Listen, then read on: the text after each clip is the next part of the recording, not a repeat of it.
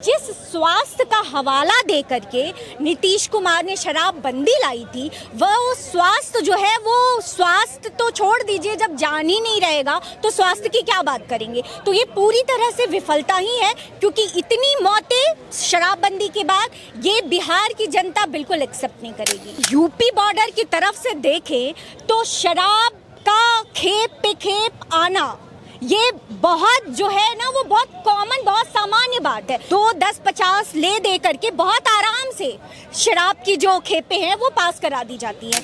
पटना का मैं अनुभव बता रही हूँ, मैं अपना व्यक्तिगत अनुभव बता रही हूँ। वहाँ जो स्टूडेंट्स हैं, जो छात्र हैं, वो 500,000 रुपए में शराब के बॉटल्स की डिलीवरी डोर टू डोर करते हैं। लेकिन हमारा जो प्रशासन है, जो हमारा तंत्र है, उसकी नींद नहीं जाग रही है। नीतीश बाबू की नींद से वो उठ ही नहीं पा रहे हैं। हर हफ्ते लगभग आपको जो है वो 2-4 लोग की गिरफ्तारी शराब की बरामदगी के रूप में। तेज प्रताप यादव जी बोल रहे हैं नहीं हो रही है कार्रवाई। नहीं, तेज प्रताप यादव जब खुद उप मुख्यमंत्री थे, जरा मुझे डेटा बता दें कि जहरीली शराब पीने से कितने लोगों की मृत्यु हुई है, क्या मृत्यु नहीं हुई है, क्या वो ये दावा कर सकते हैं। मैं उनको ओपन चैलेंज करती हूँ। इनका भी उतना ही बड़ा फेल्योर है जितना नीतीश बाबू का आज के डेट में है।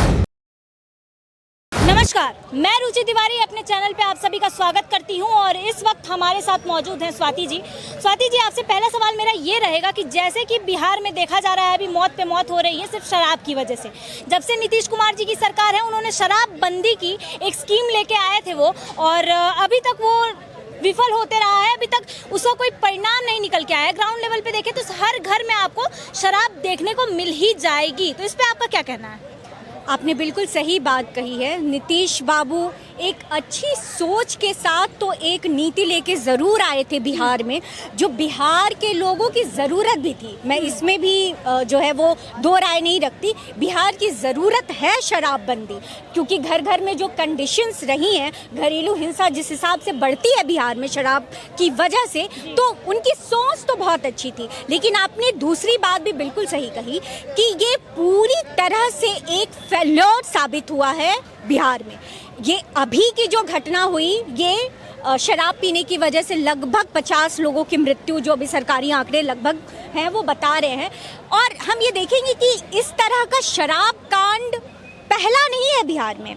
जब से शराब बंदी हुई है, आप मधेपुरा का ले लो, पूर्णिया का ले लो, ऐसे तमाम जो है वो शराब कांड, जहरीली शराब पीने की वजह से ऐसे तमाम जो है वो कांड उभर करके अलग अलग जिलों से आए हैं, जिसमें हम 10, 20, 50, 100 का आंकड़ा भी लगभग छुआ है इस शराब कांड में जो मृत्यु हुई है। तो ये विफलता ही है, क्योंकि अगर जो जनता है वो चोरी छुपे गलत शराब या जहरीली शराब पी रही है, और जिस स्वास्थ्य का हवाला दे करके नीतीश कुमार ने शराबबंदी लाई थी, वह स्वास्थ्य जो है वो स्वास्थ्य तो छोड़ दीजिए, जब जान ही नहीं रहेगा तो स्वास्थ्य की क्या बात करेंगे। तो ये पूरी तरह से विफलता ही है, क्योंकि इतनी मौतें शराबबंदी के बाद ये बिहार की जनता बिल्कुल एक्सेप्ट नहीं करेगी। अच्छा, ये जो शराबबंदी का स्कीम आया था, नीति आया था, इसका सबसे बड़ा कारण, इसका फेल्योर का किसको मानेंगी आप? सबसे बड़ा फेल्योर का कारण तो निस्संदेह रूप से जो हमारी नीतीश सरकार है, वो चाहे राजद के साथ गठबंधन में रही हो या भाजपा के साथ गठबंधन में रही हो, ये पूरी तरह से सुशासन बाबू के सरकार की विफलता है। मैं अभी जहां शराब कांड हुआ है, सिवान मेरी जन्मस्थली भी है और मेरा ससुराल भी है। तो अभी जो कांड हुआ है उसके बहुत सारे पहलुओं से मैं बहुत अच्छे तरह से कनेक्ट कर सकती हूँ खुद को। तो मैं बहुत ही जिम्मेदारी के साथ कह रही हूँ कि ये वर्तमान जो सरकार है उसकी विफलता है। क्योंकि अगर हम इधर यूपी बॉर्डर की तरफ से देखें तो शराब का खेप पे खेप आना ये बहुत जो है ना वो बहुत कॉमन, बहुत सामान्य बात है। जो बॉर्डर है बिहार और यूपी का, वहाँ 2, 10, 50 ले दे करके बहुत आराम से शराब की जो खेपे हैं वो पास करा दी जाती हैं। एक ये भी बात बहुत जिम्मेदारी से कहूँगी कि भले धारा 30A लगा करके आप जो बिहार सरकार है आपको जेल में बंद कर सकती है अगर आपके पास से शराब मिल रही है तो, लेकिन पटना का मैं अनुभव बता रही हूँ, मैं अपना व्यक्तिगत अनुभव बता रही हूँ। वहाँ जो स्टूडेंट्स हैं, जो छात्र हैं, वो 500,000 रुपए में शराब के बॉटल्स की डिलीवरी डोर टू डोर करते हैं। ये भी एक बहुत दुखद सच्चाई भी है और बहुत कड़वी सच्चाई भी है बिहार की। तो हमारे जो सुशासन बाबू हैं, नीतीश बाबू हैं, उनको और ये सारे पहलू को ऐसा नहीं है कि उनसे छुपी हुई बात है, ये सारी बातें बार बार पटल पर आई हैं। सोशल मीडिया ने उठाया है इस बात को, कई मीडिया सूत्रों के हवाले से खबर आई है कि स्टूडेंट्स जो है वो भी बॉटल्स पहुंचा रहे हैं 500,000 में, डोर टू डोर डिलीवरी कर रहे हैं। हमारे बॉर्डर से जो है वो 150 दे करके वो पास किए जा रहे हैं। लेकिन हमारा जो प्रशासन है, जो हमारा तंत्र है, उसकी नींद नहीं जाग रही है। नीतीश बाबू की नींद से वो उठ ही नहीं पा रहे हैं। और सबसे दुखद और सबसे विकट स्थिति तब जब ऐसे शराब कांड होते हैं, जहां शराब जो है वो पूरा प्योर शराब, जिसको बोले डिस्टिल्ड शराब बोले, वो ना लेकर के जो पूरा प्यूरिफाइड शराब नहीं होता है। शराब, मैं आपके दर्शकों को बताना चाहूँगी कि जो शराब होता है वो बेसिकली क्या होता है, वो होता है इथाइल अल्कोहल। ये जहरीली शराब ऐसा नहीं होता कि उसमें से बाहर से कुछ मिला दिया जाता है, ऐसा नहीं होता है। होता ये है कि वो जो इथाइल अल्कोहल है वो पूरी तरह से प्योरीफाई नहीं होता है और वो मिथाइल अल्कोहल में कन्वर्ट हो जाता है। और तब लोग जो उसका सेवन करते हैं, मतलब कि ढंग से शराब का ना बनना, मोटी भाषा में ढंग से शराब का ना बनना, और तब उस शराब का जब सेवन होता है तो या तो जान जाती है या बहुत लोगों ने अपने विजन को भी लॉस किया है। अच्छा, पहले भी शराब कांड में ऐसे हुआ है कि मतलब बीसियों लोग जो हैं वो अंधे हुए हैं। तो एक ये भी जो है ना वो बहुत बड़ा जिसका साइड इफेक्ट बोलते हैं जहरीली शराब का, वो देखने को। अच्छा, इतनी सारी चीज़ें आपने बताई, उसमें उसके बावजूद भी सरकार की आंखें नहीं खुल रही हैं, नींद नहीं टूट रही है। आपने ये बात बोला, यही बिहार सरकार पे निशाना साधते हुए तेज प्रताप यादव जी बोलते हैं कि ये जितनी चीज़ें हैं सरकार को पता है, क्योंकि प्रशासन, पुलिस प्रशासन और जितने शराब माफिया हैं सब ग्राउंड लेवल पे एक दूसरे से मिले हुए हैं। मिली जुली भगत का काम होता है ये बिहार में, और तभी शराबें बिकती हैं। तेज प्रताप यादव जी ने बात तो बड़ी अच्छी कही है कि मिली जुली है, मिली जुली शराब माफिया बोल ले अगर बिहार में, तो मिली जुली सरकार है। इसमें विपक्ष का भी उतना ही योगदान है, क्योंकि सरकार में, नीतीश बाबू के सरकार में एक बहुत लंबे समय तक तेजस्वी बाबू भी तो रहे हैं। तो क्या उस समय जहरीली शराब नहीं बिक रही थी? क्या उस समय शराब कांड नहीं हो रहा था? तो इस मिली भगत में तो तेजस्वी यादव और उनका पूरा राजद कुनबा भी है। आप माफियाओं को जो देखेंगे, जो कच्ची शराब के ठेके हैं, अगर आप सारण प्रशासन में देखेंगे, और विशेष रूप से ये सारण, सिवान और गोपालगंज, जो लालू यादव जी की जो गढ़ है, जो उनकी जन्मभूमि है, वहाँ आप देखेंगे कि वहाँ पे राजद के जो गुंडे टाइप के हैं लोग, जो जिसको कहते हैं मठाधीश, गुंडे, माफिया जिनकी चलती है, वहाँ पे कहीं ना कहीं कनेक्शन आपको कच्चे शराब के ठेके से इन लोगों का, राजद का जरूर मिलेगा। तो अपने आप को दूध का धुला हुआ तेजस्वी यादव नहीं साबित करे, क्योंकि हमाम में सभी नंगे हैं। राजद भी सरकार में भी रही है, अभी विपक्ष में भी रही है अभी वर्तमान में, लेकिन जो भूमिका उनकी होनी चाहिए वो भूमिका नहीं दिख रही है। एक और बात ऐड करना चाहूँगी कि जदयू के एक गोपाल मंडल है, उन्होंने एक बयानबाजी की है और कहा है कि लोग, हालांकि इस जो उन्होंने कहा उसको बहुत अप्रिशिएट नहीं किया जा सकता है, लेकिन उनका पॉइंट बहुत सही है अगर हम ढंग से सोचे तो। गोपाल मंडल ने ये बयान दिया है कि लोग जहरीली शराब पिएंगे तो मरेंगे ही। ऐसे देखिए तो बहुत अमानवीय सा स्टेटमेंट लगता है, लेकिन ये सच्चाई है। प्रशासन तो विफल है ही, सही बात है। आपको बिहार में या जहाँ शराबबंदी है वहाँ रोका जा सकता है, लेकिन आपको अगर लत है तो आप कहीं ना कहीं से तो पिएंगे ही। आप बिहार और यूपी, जो ये जिस एरिया में भी ये कांड हुआ है सारण वाला, वहाँ से गोरखपुर और ये यूपी बॉर्डर बहुत दूर नहीं है। लोग 1 घंटे में जाएंगे और यूपी में तो बंदी नहीं है, ले करके और 150 पकड़ा करके आ जाएंगे। तो ये लोगों की भी कमी है कि वो शराब जैसी चीज़ें जो हमारे बिहार में, अगर मैं आंकड़ों की बात करूं तो लगभग 34 से 36% घरेलू हिंसा का कारण जो है वो ये शराब रही है।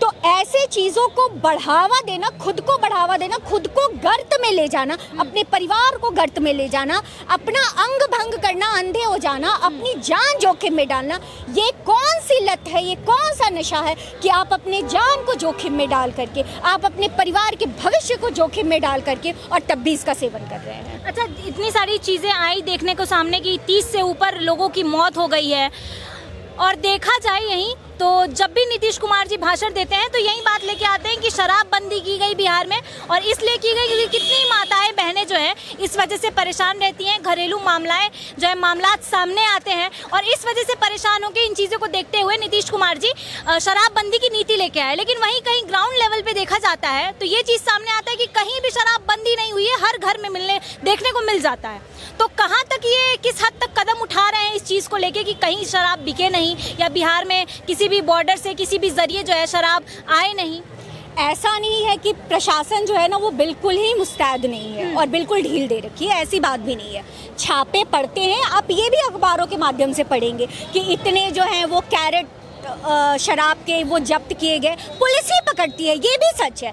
लेकिन ये अधूरी सच्चाई है, वो पूरे मुस्तैदी के साथ वो काम नहीं कर रहे हैं जो उन्हें करना चाहिए। क्योंकि अगर स्ट्रिक्टली शराबबंदी को लागू करना है बिहार में तो प्रशासन को बहुत ही ज़्यादा सतर्क और मुस्तैद रहना पड़ेगा, पहली बात। दूसरी बात जो मैंने बोली कि लोगों को भी ये बात समझना होगा, नीतीश बाबू ने जो सोच ला करके इस शराबबंदी नीति को सामने लाए थे वो सोच उनकी बिल्कुल सही थी कि लोगों के स्वास्थ्य पे बुरा असर पड़ रहा है और घरेलू हिंसा का बहुत बड़ा कारण है, ये बात बिल्कुल सही है। लेकिन ये बात सिर्फ नीतीश बाबू एक प्रदेश के मुखिया होने के नाते ही क्यों समझे, आप परिवार के मुखिया होने के नाते क्यों नहीं समझ सकते हैं कि कोई भी लत, शराब की लत हो या कोई भी ऐसे नशे की लत हो, वो आपके लिए भी गलत है और आपके परिवार के लिए भी गलत है। तो जिम्मेदारी अगर किसी प्रदेश के मुखिया की है तो परिवार के मुखिया की भी उतनी ही बनती है, और ये समझ पैदा करना मेरे हिसाब से बहुत ज़रूरी है बिहार के लोगों में।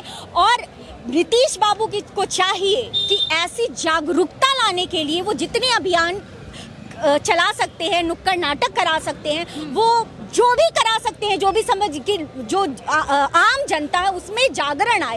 ये मुझे लगता है कि ये इसके साथ अगर कपल करें वो शराबबंदी को तो ही जा करके जो है वो ग्राउंड लेवल पे इसकी सफलता दिखेगी। अच्छा, तेज प्रताप यादव जी ये भी बोलते हैं कि अभी तक जितनी भी मौतें हुई या जिस भी चीज़ के कारण, शराब के कारण बिहार में जो भी चीज़ें हुई और शराब आया या फिर कभी पकड़ा गया, तो आज तक शराब माफियाओं के ऊपर कितना जो है कदम उठाया गया, कितनी चीज़ें जो है की गई, केस हुए, कुछ नहीं हुआ। कहने का मतलब ये है तेज प्रताप यादव जी का कि ये सारा चीज़ सरकार का भी है, प्रशासन का भी है, ऊपर से नीचे तक सबको कानों कान खबर होती है, पर कोई इस चीज़ पे कदम उठाता नहीं क्योंकि खौफ है।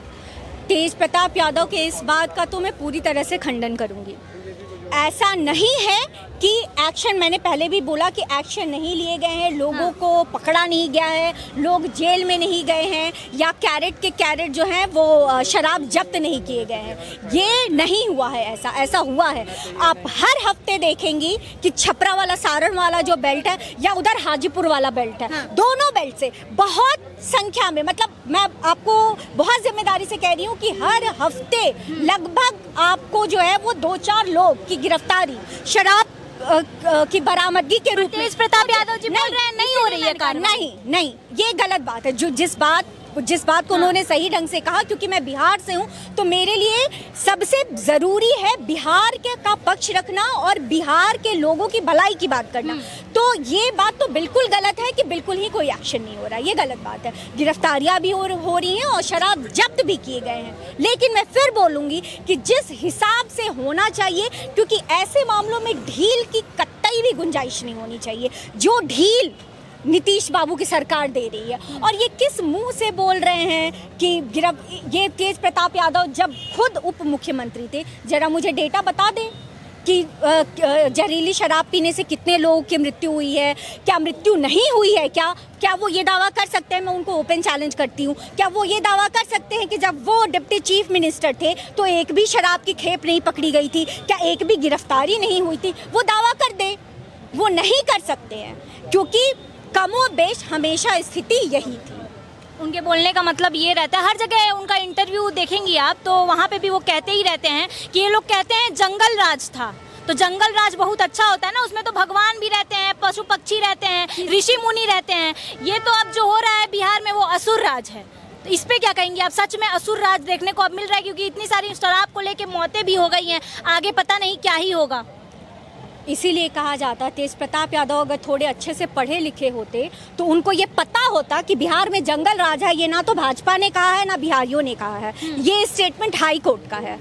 तो वो हाई कोर्ट की टिप्पणी को अगर कह दे कि भाजपा ने कोर्ट किया है तो ये तो उनकी मूर्खता है। इसीलिए कहते हैं कि थोड़े पढ़े लिखे होते तो शायद और जिम्मेदारी से विपक्ष की भूमिका भी निभाते। खैर, वो जो कह रहे हैं उनका काम है, वो सत्ता में तो है नहीं, तो उनका काम तो है ही सरकार की नीतियों के खिलाफ बोलना और खड़े रहना। ये एक सच्चाई है। दूसरी सच्चाई ये भी है कि नीतीश सरकार में लगभग आधे समय में हिस्सेदारी उनके पार्टी की भी रही है। अच्छे स्वास्थ्य मंत्री तो तेज प्रताप यादव रहे हैं ना, उनके भाई बिल्कुल रहे हैं तेज प्रताप यादव स्वास्थ्य मंत्री। उन्होंने क्या करा? अब हाँ, तो उन्होंने क्या किया? जब वो स्वास्थ्य मंत्री थे तो ये शराब, इसी मेन तो यही कारण उठाया गया था ना, घरेलू हिंसा और स्वास्थ्य। तो उन्होंने क्या किया? ये राजद तो वो पार्टी है, जब आपको याद होगा कि जब इनका एक बार मिल जाने के बाद संबंध विच्छेद हुआ था और सिर्फ राजद और कांग्रेस मिलकर के विधानसभा लड़ी थी, इनके मैनिफेस्टो में था कि हम शराबबंदी वापस ले लेंगे और शराब को लागू करेंगे बिहार में। ये तो राजद के मैनिफेस्टो में था। तो ये किस मुंह से बिहार के स्वास्थ्य की और बिहार के में जो ऐसी मौतें हो रही हैं उसको लेकर के जो है वो अपना सीना चौड़ा करके प्रश्न कर रहे हैं? इनको तो मौलिक जो अधिकार है ना, जिस नैतिक अधिकार, इनके पास तो बिल्कुल भी नहीं है, क्योंकि ग्राउंड लेवल पे इन्होंने भी वही किया है। इनका भी उतना ही बड़ा फेल्योर है जितना नीतीश बाबू का आज के डेट में है। अच्छा, शराबबंदी की नीति में कोई चेंज करना चाहिए कि नहीं करना चाहिए? मैंने जैसे पहले भी कहा कि शराबबंदी को में थोड़ी सी भी ढील की गुंजाइश नहीं देनी चाहिए। जो अक्रॉस द बॉर्डर्स ये बॉटल्स पास हो रहे हैं, कैरेट के कैरेट पास हो रहे हैं, ये रुकना चाहिए। जो ग्रेजुएशन के, पोस्ट ग्रेजुएशन के स्टूडेंट्स जो हैं वो डोर टू डोर जा कर के सप्लाई कर रहे हैं, इस पे सरकार की बड़ी नज़र होनी चाहिए, क्योंकि ये सिर्फ मामला शराबबंदी का नहीं है, ये हमारे देश के भविष्य का भी है। और इसके साथ मैं एक तीसरी बात कहूँगी कि जागरूकता आम लोगों के बीच में जितनी ज़्यादा ला सके उतना ज़्यादा सही है। अच्छा, शराब के कारोबार, जो अवैध कारोबार होते हैं, उस पर कैसे रोक लगाई जा सकती है? अवैध कारोबार तो सब तो एक ही थाली के चट्टे बट्टे हैं। शराब माफियाओं में ऐसा नहीं है कि भाजपा अछूती है, जदयू अछूता है और राजद, ऐसा नहीं है। किसी भी जगह पे ऐसे किसी भी माफिया को फलने फूलने में जो भूमिका होती है ना, वो पक्ष की भी होती है और विपक्ष की भी होती है। और ये भी बात मैं बहुत जिम्मेदारी से कह रही हूँ। तो अगर इनकी नैतिकता जागे, अगर सरकार और विपक्ष नैतिक हो जाए और वाकई में सोचे कि प्रदेश की जनता की भलाई करनी है, तो स्ट्रिक्टली जो है वो छापे भी पड़ाएं और लोगों की गिरफ्तारियां भी करें। लेकिन इन्हें तो चंदे मिलते हैं, इन्हें तो अंडर द टेबल पैसे पास किए जाते हैं, तो ये कहाँ से एक्शन लेंगे? अभी आप शराब माफिया ले लीजिए, भू माफिया ले लीजिए, दोनों माफियाओं का बिहार में अभी बहुत बढ़ चढ़ के बोलबाला है। तो इस पे तो सरकार, अगर इच्छा शक्ति होगी ना तो हो जाएगा, और इच्छा शक्ति नहीं होगी तो 100 नियम बना देंगे तो भी नहीं होगा। अच्छा, दारू ऐसे खुलेआम बिकना चाहिए कि नहीं बिकना? बिल्कुल नहीं, बिल्कुल नहीं, बिल्कुल नहीं होना चाहिए। आप तो बिहार में शराबबंदी की बात कर रही हैं। जब हमारे दिल्ली में केजरीवाल ने 1 to 1 एक पे एक फ्री किया था, तब भी हम लोगों ने खंडन किया था कि शराब को इस तरह से बढ़ावा नहीं देना चाहिए, किसी भी सूरत पे नहीं देना चाहिए। तो इसका तो बिल्कुल खंडन है। बिल्कुल ऐसे खुलेआम तो बिल्कुल ही नहीं बिक्री होनी चाहिए। अच्छा, अभी भलाई की बात आपने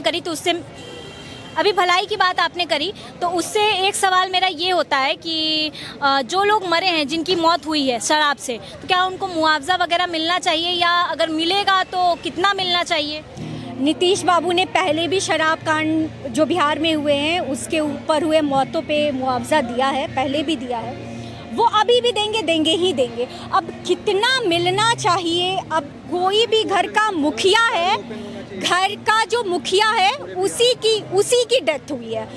आप ये डेथ देखेंगे, सारे मैक्सिमम जो है वो यंग है या अधेड़ है, मतलब ये घर के मुखिया कमाने खाने वाले हैं। तो उसको तो कॉम्पनसेट करने के लिए रोटी रोजी कमाने का एक मौका परिवार के अन्य सदस्यों को भी देना चाहिए और वो जितना कॉम्पनसेट कर सके करना चाहिए। लेकिन लोग फिर इस हिसाब से इसको ना देखने लगे, इतना ना दे दें कि लोग इसको जरिया बना ले कि हम शराब पी के मर भी जाएंगे तो मेरे परिवार की तो जो है वो जय जय रहेगी। तो ये भी जब भी हम किसी चीज़ को लेके कॉम्पनसेट करते हैं, सरकार कॉम्पनसेट करती है, तो इस पॉइंट को भी ज़रूर ध्यान में रखना चाहिए।